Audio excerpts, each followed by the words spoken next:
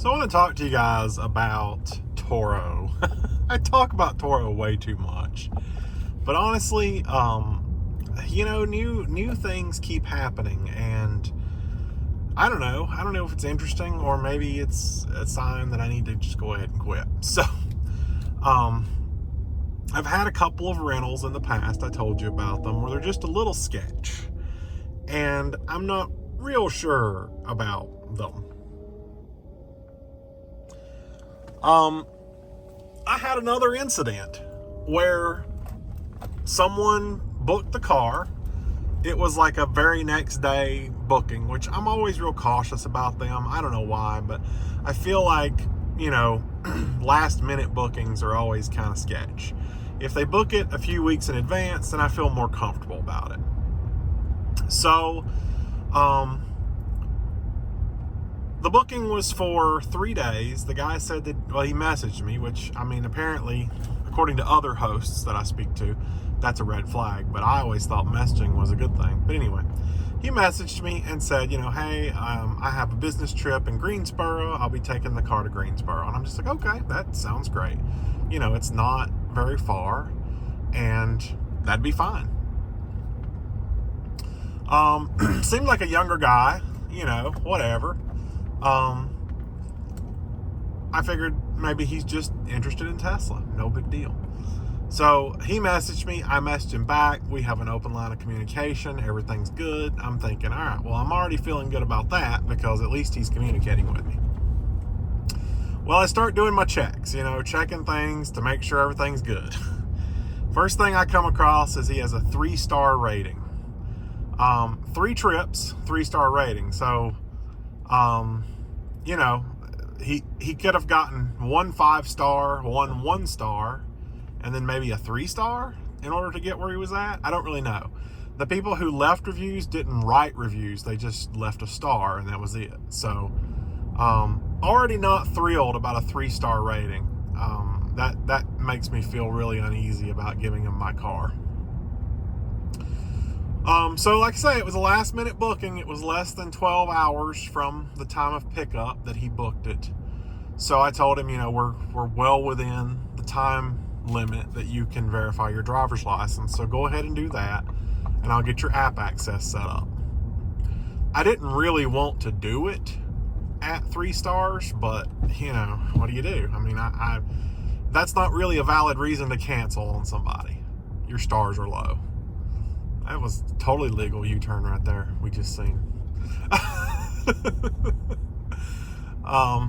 So yeah.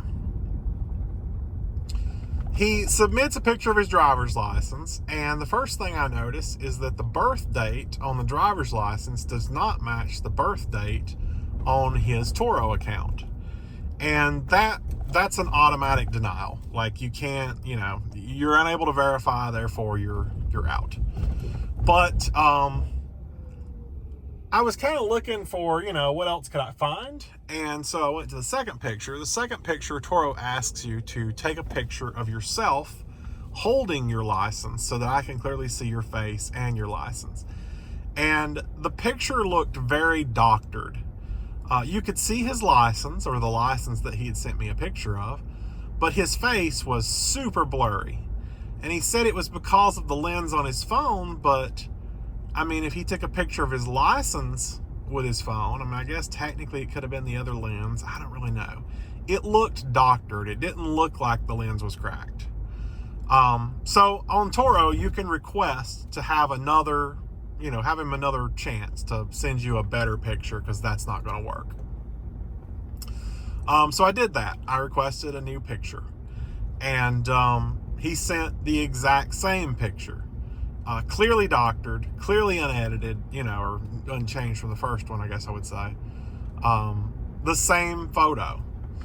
So I called Turo, and I'm just like, look, I'm not going to complete this trip, even if you told me to. Like, he can't pass verification, so, I don't want to do that. And, of course, they agreed. He can't pass verification. You don't have to rent him the car. So they told me to just cancel the trip. And I was like, well, if I cancel the trip, I'm going to get a $50 cancellation fee because I've already canceled a trip. You get one free cancellation, then you have to pay the $50. I told them, like, I want you to cancel the trip. And they're like, oh, we don't have that ability. But if you cancel it, we won't charge you the fee. Okay. So I go on and I cancel the trip and I get charged a $50 cancellation fee. Well, obviously I got a survey from the phone call. So I left them a bad review, a 1 star, just saying, they told me to cancel the trip because he couldn't pass verification, said that I wouldn't get billed, and I got billed. And now I have to pay a $50 fee. I was kind of already thinking about quitting Turo at that point anyway, and I was over it, so I pulled the car. I unlisted the car from Turo at that point. And to my surprise, I got a phone call. I guess someone who read the review that I left on that person and said that, yeah, that was totally their fault and that they would remove the fee and also fix my metrics, because it showed that I canceled 2 trips instead of just 1, which doesn't look good on me. If you cancel 3, you get banned. Like, they just don't want you hosting if you cancel 3 trips. So that's that. They called and said that they removed the fee and fixed my matrix or metrics. I don't know why I call it matrix. I'm thinking about my headlights, I guess. Anyway, all is good. So I relisted the car.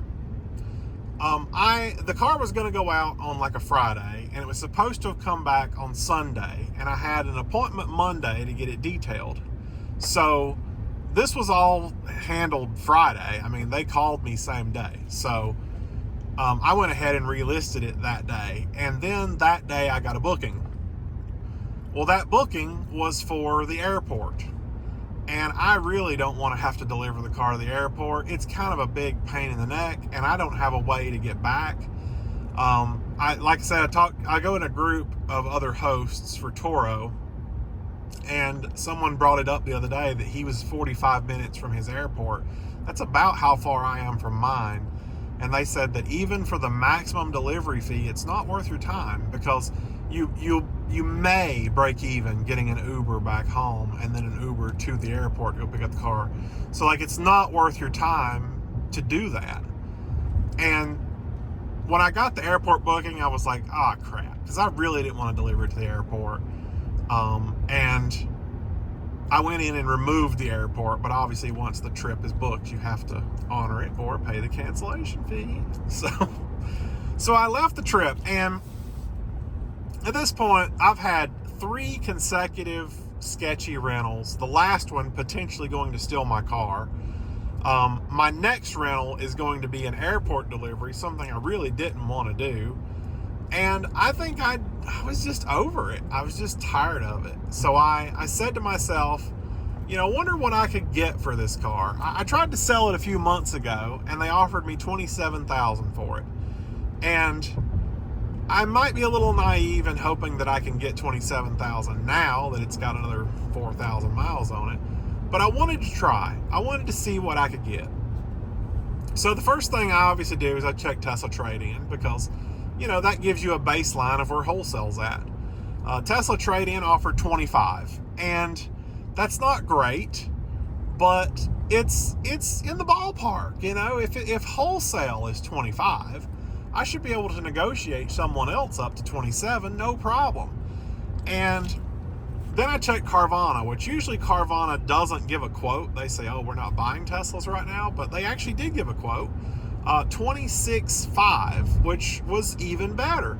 My only goal was to get 27. Anything above 27, it was gone. I wanted rid of it, and I had the difference. We took the loan for the full amount, and then I qualified for the tax credit, and I did get the tax credit on my taxes last year. So I've financed $7,500 more than I actually paid for the car, because I got the $7,500 back in tax credit. So anything 27.5 or more would be breaking even or profit on that car. So I was cool with it. I didn't care either way. I had the difference in my bank. Well, actually, I had it in my investment account. I had some stock in Rivian, and Rivian went all-time high the other week, and I was like, ooh, and so I sold it, all of it. So I had about 10 grand in my investment account just sitting there, and I thought, okay, I'll withdraw that to my bank account, and then I'll go check with some local dealers to see if we can get them above the 27 mark. The one that I always go to, I've sold them 3 cars so far. I always work with the same guy. I went in to go see him, and he wasn't there that day. And I should have seen that as a red flag. I should have seen that as, I just might as well turn around and forget it, not today. But I went ahead and worked with whoever was there that day, and they came back with an offer of $21,000. And I'm thinking, okay, you just want to turn a quick profit. That's not happening. If wholesale through Tesla and Carvana, which Carvana runs wholesale too, is right under the 27 mark, there's no way I'm going to sell you the car for 21. Now, my next choice probably wasn't my smartest, because I decided that maybe I'd go check CarMax because I had nothing else better going on. And CarMax offered $20,000. So, once again, not happening. I decided to hang it up for the day and go home, and I figured I'd work on it another day. All while I still have the car on Turo because I'm not real sure what I'm doing. I mean, I'm undecided in either direction. But I did, after the first guy booked the car with the fake ID and all that, I moved my time between trips to 24 hours. So you have to book at least 24 hours in advance. Otherwise, it's not going to let you book. So, the night that I came home after looking for offers, I got a booking for the next day, exactly 24 hours from the time of booking. And it's a delivery in Asheville. It's not at the airport. They paid, I think, $80 for delivery, which is kind of crazy. $80, I forgot they're doing construction. I freaking hate construction. $80 for delivery, and yeah. So I decided to go ahead and honor that one, and then the airport one, of course. And we would go from there. We'll just see where it goes, I guess. If after that I can get a decent offer for the car, maybe I'll sell it. And if not, then, heck, I seem to be making money. I made the whole payment and half of the next one for August with the last month's rentals.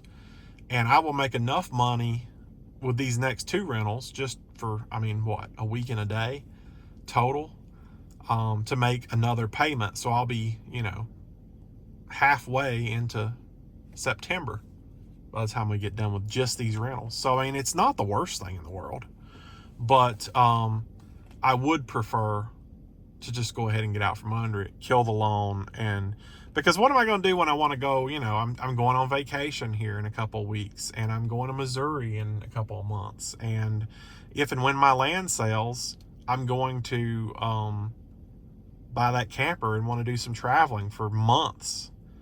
And when I do that, the car can't sit at my house not making money. That's not going to work.